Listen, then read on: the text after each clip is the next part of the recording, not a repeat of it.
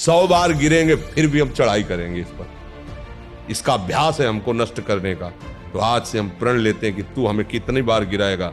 अविनाशी का बच्चा हूं, अविनाशी ही हूं। शरीर बदलते रहेंगे लेकिन हम तेरे को देख लेंगे एक दिन तुम जीत जाओगे। ये घबराने वाला मार्ग नहीं, डरने वाला मार्ग नहीं, उदास होने वाला मार्ग नहीं। 100 बार गिरो फिर भी पीछे मुड़ो मत, अगला कदम आगे बढ़ाओ, जीत जाओगे। वैभव पतंगे जी महाराष्ट्र से। जय स्वामी सामर्थ। राधा वल्लभ श्री हरिवंश। महाराज जी आपके चरणों में कोटि कोटि प्रणाम। महाराज जी ये काम क्रोध आदि विकार मेरे पूर्व अभ्यासवश भगवत चिंतन नाम जप में बाधा उत्पन्न करते हैं और प्रयास करने पर भी उनका चिंतन कुछ समय बाद होने ही लगता है। महाराज जी कृपया मार्गदर्शन करें, कैसे इनसे मैं मुक्त हो पाऊंगा।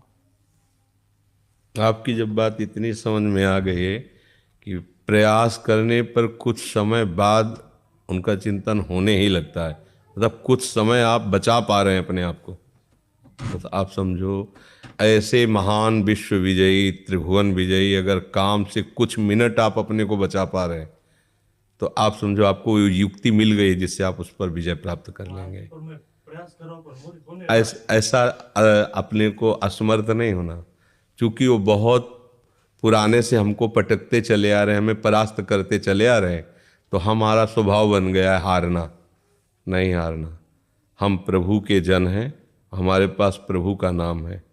अगर प्रभु के नाम का, तो फिर ये काम क्रोध लोभ मोह मद मत्सर, आप पहले इनकी आंतरिक बात को समझिए।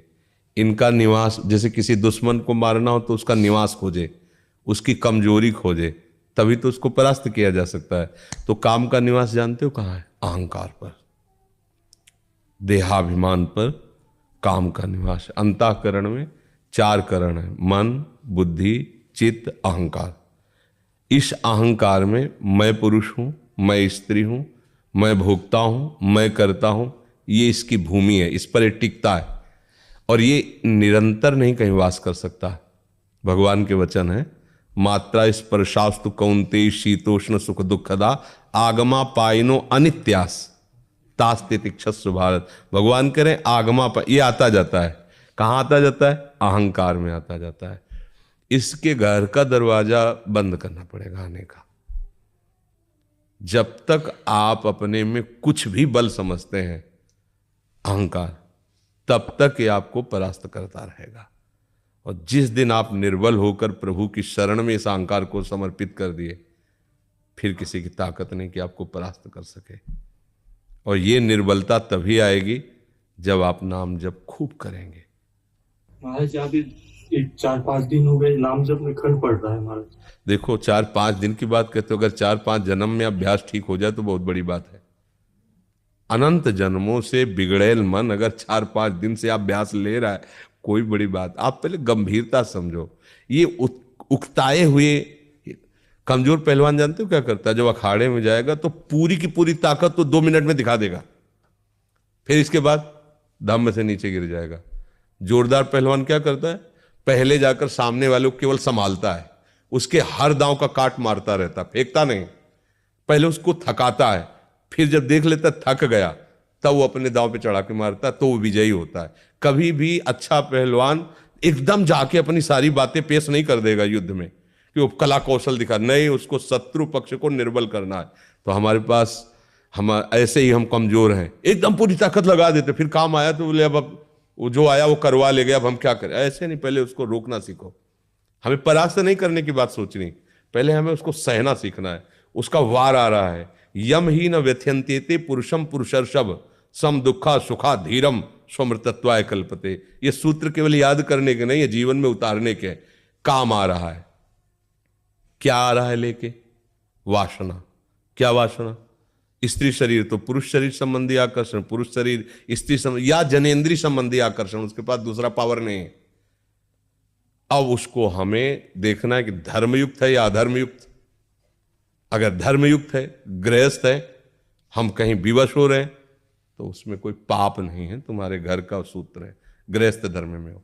नहीं है, अब हम उसका जो आवेश आ रहा है काम का, राधा राधा राधा यम ही न व्यथ्यन्तेते, हे पुरुषों में श्रेष्ठ जो उस व्यथा को सह जाता है। व्यथित इतना नहीं होता कि पागल हो जाए, वो परम पद का अधिकारी होता है, तो हमें सहना पड़ेगा ना। हमारे अंदर काम आ रहा है राधा राधा राधा राधा राधा राधा, वो कह रहे यहाँ चलो, ये देखो, ये खाओ, पियो, हर बात अनसुनी, नहीं मान रहे। अब वो हमारा क्या बिगाड़ लेगा? बोलो क्या बिगाड़ लेगा? अब हम उसको इतना प्यार करते हैं कि दुश्मन ही नहीं मानते। वो कहता है वहां चलो, हम खड़े हो जाते हैं। वो कहता है ये करो, हम कर देते हैं। वो कहता है ये देख लो, हम देख लेते हैं। वो कहता है सूंघ लो, हम सूंघ लेते हैं। वो ये छू लो, हम छू लेते हैं। अब हम उस पर विजय प्राप्त कर पाएंगे? हम दुश्मन के इशारे पे चल रहे हैं। हम विजय प्राप्त करने के लिए पहले आप अपना पक्ष दृढ़ कीजिए। ये हमारा दुश्मन है, ये हमको भगवान से विमुख करने में पूरा का पूरा जोर जन्म जन्मांतरों से लगाता रहा है। अब हमको लड़ना है, हमारे पास बल है, भगवान नाम। हाँ, नाम रूपी जहाज में चढ़ गया, पार हो गया बहुत समुद्र से। ये मगरमच्छ आदि जो काम आदि हैं, ये तैरने वाले को लील सकते हैं, जहाज पे चढ़ने वाले को नहीं। नानक नाम जहाज है, चढ़े सो उतरे पार। नाम पर बैठ गया ना, पार हो गया। आज तक कोई ऐसा नहीं मिला कि हम नाम रूपी जहाज पे बैठे भैया बूढ़ गए, जीवन भर गंदा आचरण बना और अंतिम समय अपने बालक के लिए नाम उच्चारण कर लिया नारायण, तो भगवान का पार्षद आ गए और उसका मंगल कर दिया। नाम जप करो। और ये छोटी मोटी लड़ाई नहीं है, बड़ी ऊंचाई तक ये अपना अधिकार रखते हैं, क्योंकि ये भगवान की ही शक्ति से शक्तिमान है। और वो ऊंचाई जब तक अहंकार इतना भी रहेगा तब तक गिरना पड़ेगा, ये ध्यान रखना। वो अहंकार मिटिया मिट ऐसे ही होगा जब अंतिम समय देखते हैं कि हार गया।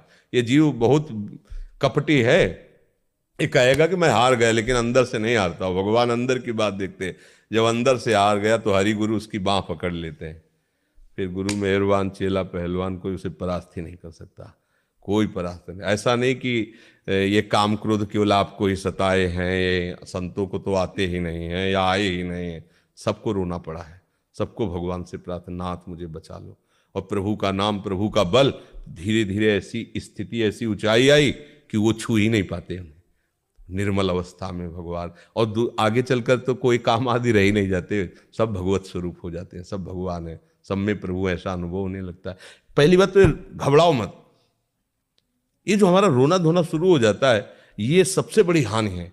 शत्रु पक्ष के लिए तुम इतने कमजोर हो गए हो। अरे भाई ऐसा नहीं, हम भगवान के बच्चे हैं यार, मतलब ऐसा क्या? वो भगवान की शक्ति से शक्तिमान होकर त्रिभुवन में झंडा फहरा रहा है और हम भगवान के बच्चे होकर रो रहे हैं यार, कैसे? मतलब हम भगवान को अपना नहीं माने, इसीलिए सच्ची बात है। जिस दिन आप अपने गुरु के हो जाओगे, भगवान के हो जाओगे, तो आपके अंदर एक तेज आ जाएगा, एक शक्ति आ जाएगी, सबसे लड़ने की सामर्थ्य आ जाएगी। साधु अकेला होता है, पूरा संसार एक तरफ होता है। सच्ची बात वाले में जो सत्य मार्ग के साधु है, अकेला होता है। हर संसार का व्यक्ति, वस्तु, स्थान उसको परास्त करने के लिए होता है, और वो अपने चिंतन को सबसे समेट कर एकमात्र भगवान में लगाता है। तभी जयति जयति जग उच्चरे, तभी उसको नमस्कार करते, उसे प्रणाम करते हैं। तो वो तुम भी बन सकते हो, गृहस्थ में होते हुए भी वैसे बना जा सकता है। इसलिए हमारी प्रार्थना है, पहले तो आप रोइए मत, किसी भी पीड़ा में रोइए। रोना है तो प्रभु के प्यार में रोइए, बस। ये आंसू केवल प्रभु के प्यार के लिए नहीं, हर परिस्थिति को सहने के लिए तैयार रहो। भगवान के जन हो, ऐसे छोटी मोटी बात आई रो दिया बच्चों की तरह नहीं। 100 बार गिरेंगे फिर भी हम चढ़ाई करेंगे इस पर। इसका अभ्यास है हमको नष्ट करने का। तो आज से हम प्रण लेते हैं कि तू हमें कितनी बार गिराएगा। अविनाशी का बच्चा हूं, अविनाशी ही हूं। शरीर बदलते रहेंगे लेकिन हम तेरे को देख लेंगे एक दिन तुम जीत जाओगे। बस ये होता है कि हम लोगों को आत्मबल क्षीण हो गया विषयों से, तो लगता है हमारे बस की बात नहीं। साधु महात्मा कोई जीत सकता है? साधु महात्मा आकाश से थोड़ी उतरते हैं, माँ के गर्भ से ही पैदा होते हैं। और उन्होंने गुरु कृपा से बात समझी और जीवन में सहा, तो सहते सहते बाढ़े भगत, वो भगवान के स्वरूप हो गए। फिर हम उन्हें संत नहीं कहते, साक्षात भगवान कहते, वो तो भगवंत है, वो भगवान का स्वरूप है। तो आप भी तो भगवान के बच्चे हो। जितनी सामग्री यहाँ है उतनी सामग्री आप में है, अंतर नहीं है। आप जगा लो, आपके सब हृदय में है, आप जगा लो। जितना चाहो उतना आप ज्ञान प्राप्त कर लो, आनंद प्राप्त कर लो, भक्ति प्राप्त कर लो।